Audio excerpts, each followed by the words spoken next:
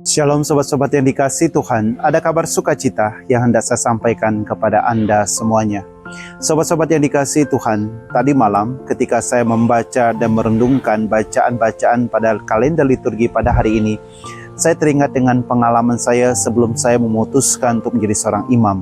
Saya sudah bekerja selama 8 tahun di Jakarta Utara, tepatnya di Pelabuhan Muara Angke, pelelangan ikan. Dan ketika saya memutuskan untuk menjadi seorang imam, saya harus keluar dari kantor saya. Saya juga harus melepaskan gaji saya. Dan saya juga baru tahu pada saat ketika saya berbicara dengan bos saya ingin keluar dan menjadi imam. Bos saya mengatakan pada saat itu dia sedang merencanakan untuk menaikkan jabatan saya. Dan saya juga harus meninggalkan orang tua saya. Pada saat itu papa saya juga sedang sakit. Dan saya juga harus meninggalkan orang, yaitu cewek yang saya kasih dan saya cintai.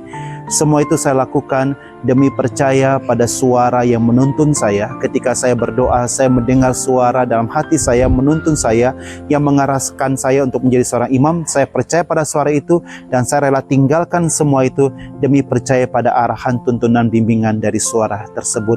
Sobat-sobat yang dikasihi Tuhan, tadi malam ketika saya membaca bacaan-bacaan liturgi pada kalender liturgi pada hari ini, saya sadar bahwa saya juga sudah berkorban cukup banyak untuk tetap setia pada panggilan yang Tuhan berikan kepada saya. Sobat-sobat yang dikasihi Tuhan, pada Injil hari ini Yesus mengingatkan kepada kita semua untuk mencari harta yang ada di dalam surga, bukan mencari harta yang ada di dunia. Mengapa demikian?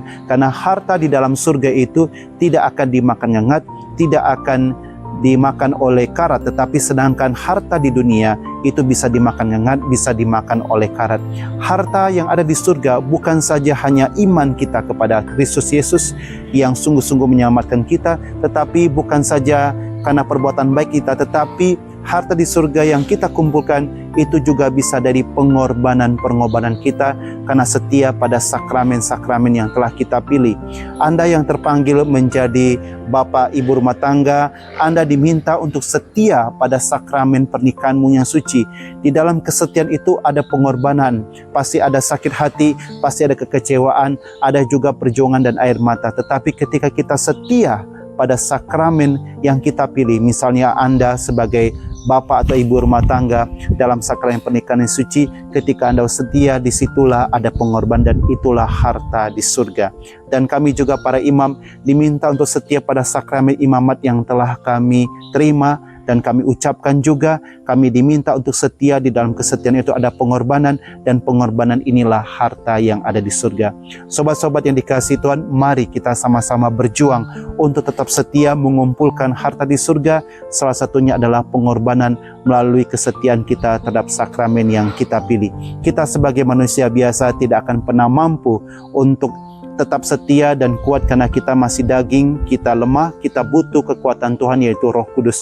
Mintalah Roh Kudus setiap hari supaya kita juga tetap setia pada sakramen-sakramen yang kita pilih. Di dalam kesetiaan itu ada pengorbanan, di dalam pengorbanan itulah kita memperoleh harta yang ada di dalam surga. Shalom, Tuhan memberkati Anda semuanya.